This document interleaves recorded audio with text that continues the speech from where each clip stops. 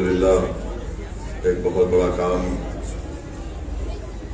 حیدرآباد میں اور وطن عزیز کے مختلف ریاست میں شہروں میں انجام دیا جا رہا ہے۔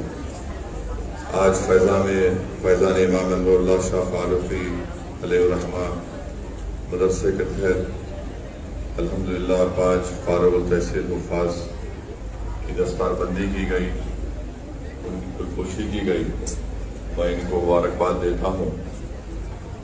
میں صرف 2-3 منٹ میں اپنی بات کو مکمل کر کے یہاں سے چلے جاؤں گا۔ میں سب سے پہلے تو مبارکباد دیتا ہوں، اور آج آپ کے اس مرکز کو آنے کا موقع ملا الحمدللہ۔ بڑا ہی بہترین مسجد اور یہ مرکز آپ نے تعمیر کیا۔ اللہ سبحانہ و تعالیٰ اس میں اور برکت دے۔ اللہ سبحانہ و تعالیٰ آپ کے نیک اغراض و مقاصد میں کامیابی دے۔ مجھے یہاں پر حضرت علی کرم اللہ وجہ کا وہ مشہور قول یاد آ رہا ہے کہ جس میں شیر خدا نے فرمایا کہ مال کے وارث، مال کی وراثت فرعون کی ہے اور علم کے وارث انبیاء کی ہے۔ تو علم، دولت کے خرچ کرنے سے دولت ختم ہو جاتی ہے اور علم کے بانٹنے سے علم بڑھتا ہے۔ میرے عزیز دوستوں اور بزرگوں، دین اسلام کے مدرسے اسلام کے قلعے کی طرح ہیں۔ یہ مدرسے رسول اللہ صلی اللہ علیہ وسلم کے فیضان کی نشانی ہیں۔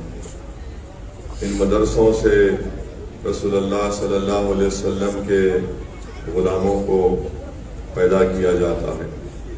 یہ مدرسے ہمارے لیے ایک چراغ ہے، اور اگر کوئی ہمارے قلعے میں درار ڈالنے کی کوشش کرے گا تو ہم خاموش تماشائی بنے بیٹھے نہیں رہیں گے۔ اور علم دین اسلام کے لیے بہت ضروری ہے، اور بغیر علم کے ایک مسلمان اللہ کو بھی نہیں پہچان سکتا ہے۔ اس لیے بہت ضروری ہے کہ اس طرح کے مدرسوں کی مدد کی جائے اور ان کو اور مضبوط کیا جائے۔ ہمارے وطن عزیز میں مختلف مقامات پر مدرسوں کو ٹارگٹ بنایا جا رہا ہے۔ میں صرف اتنا ہی کہوں گا، مجھے یہاں پر محمود غزنوی کا وہ قصہ یاد آتا ہے کہ محمود غزنوی کے دل میں 3 شک پیدا ہو گئے۔ ایک شک یہ پیدا ہوا کہ کیا میں واقعی میں اپنے باپ سبکت الدین کا بیٹا ہوں۔ دوسرا، محمود غزنوی کے دل میں دوسرا شک یہ پیدا ہوا کہ کیا واقعی میں علماء انبیاء کے وارث ہیں۔ تیسرا، اس کے دل میں شک پیدا ہوا کہ کیا واقعی میں قیامت ہوگی۔ تو لکھنے والے نے لکھا کہ محمود غزنوی ایک دن رات میں کسی ایک مقام سے گزر رہا تھا۔ ایک غیر مسلم کی دکان تھی، اس میں ایک چراغ جل رہا تھا، اور اس چراغ کے روشن دان سے جو روشنی آتی تھی ایک آگ کی طرح ایک روشنی آتی تھی۔ تو محمود غزنوی نے دیکھا کہ ایک معصوم بچہ بیٹھ کر اپنا سبق پڑھ رہا ہے، اور جب اس کو سبق یاد نہیں آتا تو وہ چراغ کی روشنی کو حاصل کرنے کے لیے چراغ دان کے قریب آتا اور اس کو دیکھتا اور پھر یاد کرتا۔ تو محمود غزنوی نے اس بچے سے پوچھا کہ تم کون ہو؟ اس بچے نے اپنا تعارف کرایا کہ میں فلاں مدرسے میں پڑھتا ہوں اور اپنا سبق یاد کرنے کے لیے یہاں پر اس مقام پر بیٹھتا ہوں۔ تو محمود غزنوی نے اس سے پوچھا کہ کیا تمہارے پاس چراغ نہیں ہے؟ تو بچے نے کہا کہ نہیں، دن میں مدرسے میں پڑھتا ہوں اور رات میں میرے گھر میں چراغ کے لیے، تیل کے لیے پیسے نہیں ہیں۔ جب مجھے معلوم ہوا کہ اس دکان سے ایک روشنی ہے، چراغ جلتا ہے، تو میں یہاں پر آتا ہوں۔ تو محمود غزنوی نے کہا کہ بڑا متاثر ہوا اس بچے کے اخلاص سے، اس کی نیک نیتی سے۔ تو محمود غزنوی نے کہا کہ میں آج سے فلاں شخص کو یہاں پر رکھتا ہوں، وہ تم کو لینٹین دے گا، لینٹین کا انتظام کرائے گا اور تیل بھی اس میں مہیا کرا دے گا۔ تو اس بچے کی زبان سے نکلا جزاک اللہ جزاک اللہ۔ تو محمود غزنوی نے کہا کہ مجھے جو اس معصوم بچے کی زبان سے جزاک اللہ کے لفظ کو سنا تو مجھے بڑی ٹھنڈک محسوس ہوئی، سکون محسوس ہوا۔ رات میں محمود غزنوی اپنے گھر کو گئے اور جب ان کی آنکھیں بند ہوئیں تو اللہ سبحانہ و تعالیٰ نے ان کے دل کی نگاہوں کو کھولا۔ رات میں محمود غزنوی کو محمد مصطفیٰ صلی اللہ علیہ وسلم کی زیارت ہوئی اور اللہ کے رسول صلی اللہ علیہ وسلم نے فرمایا کہ محمود، تم نے ہماری وارث کے لیے اس کے پڑھنے کا انتظام کیا، قیامت کے دن میں تمہاری سفارش کروں گا۔ اور بلکہ وہ لکھنے والے نے لکھا کہ اللہ کے رسول صلی اللہ علیہ وسلم نے فرمایا، ان کے والد کا نام لے کر کہا ہے صفدین کے بیٹے۔ تو اس سے معلوم ہوا کہ جو مدرسوں کی مدد کرتے ہیں، جو مدرسوں میں پڑھنے والے بچوں کی مدد کرتے ہیں، اللہ سبحانہ و تعالیٰ ان کی مدد کرتا ہے۔ اس لیے میرے عزیز دوستوں اور بزرگوں، ان مدرسوں کو آباد رکھنا ہم تمام مسلمانوں کے لیے بہت ضروری ہے۔ یہ اسلام کا خلا ہے، یہ چراغ انشاءاللہ تعالیٰ صبح قیامت تک روشن اور آباد رہیں گے۔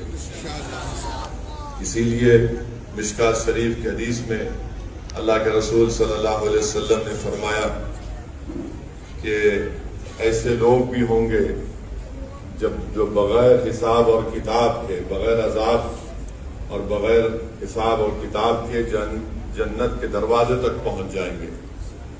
تو رسول اللہ صلی اللہ علیہ وسلم نے فرمایا کہ ایک وہ ہوں گے جو اللہ کی راہ میں شہید ہو جاتے ہیں، دوسرے وہ جو حج کرتے ہیں، حج کے دوران گالی گلوچ نہیں کرتے، فتنہ و فساد نہیں کرتے، تیسرے وہ رہیں گے جو عالم رہیں گے اور بعمل عالم دین ہوگا، چوتھا وہ شخص ہوگا جو سخی ہوگا، جو حلال کی کمائی سے انسانیت کی مدد کرے گا، حق کی مدد کرے گا بغیر کسی شہرت یا کسی کو بتائے۔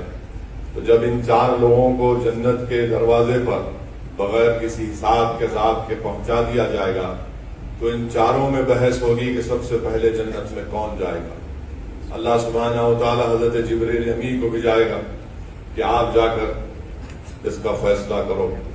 حضرت جبریل اس شخص سے پوچھیں گے جو شہید تھا، اس سے پوچھیں گے کہ تو نے اللہ کی راہ میں اپنی شہادت کیوں پیش کی؟ تو وہ کہتا ہے کہ میں نے دین اسلام کی کامیابی کے لیے اور کلمہ حق کی سربلندی کے لیے میں نے اپنے خون کا خطرہ بہایا۔ پھر جبرائیل علیہ السلام اس سے پوچھیں گے کہ تم نے یہ کہاں سے سیکھا، کہاں سے سنا؟ تو وہ کہے گا کہ میں نے ایک عالم کی زبان سے سنا۔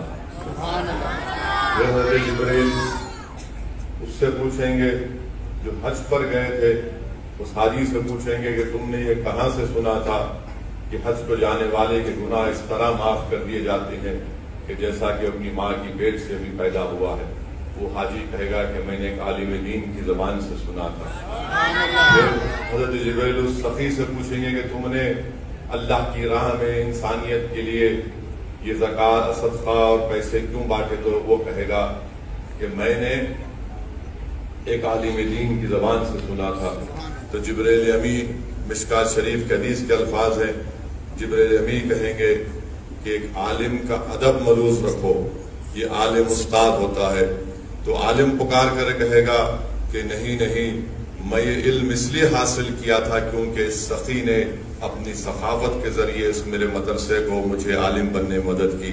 تو اللہ فرمائے گا کہ پہلے جنت میں جو جائے گا وہ سخی ہوگا جس نے مدرسوں کو، علماؤں کی مدد کی تھی۔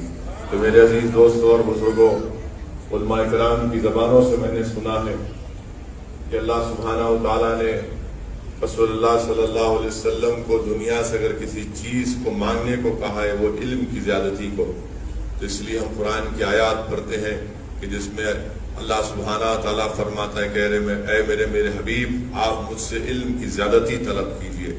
تو میرے عزیز دوستوں اور بزرگوں، قابل مبارکباد ہیں وہ لوگ، وہ بچے، وہ ماں باپ اور وہ مدرسے کے تمام ذمہ داران جو ان مدرسوں میں تعلیم حاصل کرنے والے ان ننھے اور منھے بچوں کو حافظ بنا رہے ہیں، عالم دین بنا رہے ہیں، تاکہ وہ لوگ انسانیت کو سمجھا سکیں، جہالت سے ان کو نکال سکیں، فتنہ اور فساد برپا کرنے والوں سے لوگوں کو بچا سکیں، تو مبارکباد دیتا ہوں دعوت اسلامی کے تمام ذمہ داروں کو۔ میں معذرت چاہتا ہوں، مجھے ایک اور میٹنگ میں جانا ہے، مگر الحمدللہ یہاں پر آ کر، یہاں پر دیکھ کر آپ کی تمام تفصیلی جو کارنامے ہیں، جو آپ کی محنتیں ہیں، جس کا ایک خلاصہ یہاں پر آپ نے پیش کیا، میں صرف اللہ سے دعا کر سکتا ہوں کہ اللہ سبحانہ و تعالیٰ آپ کے اس مقصد میں آپ کو کامیابی دے۔ وآخر دعوانا الحمدللہ رب العالمین۔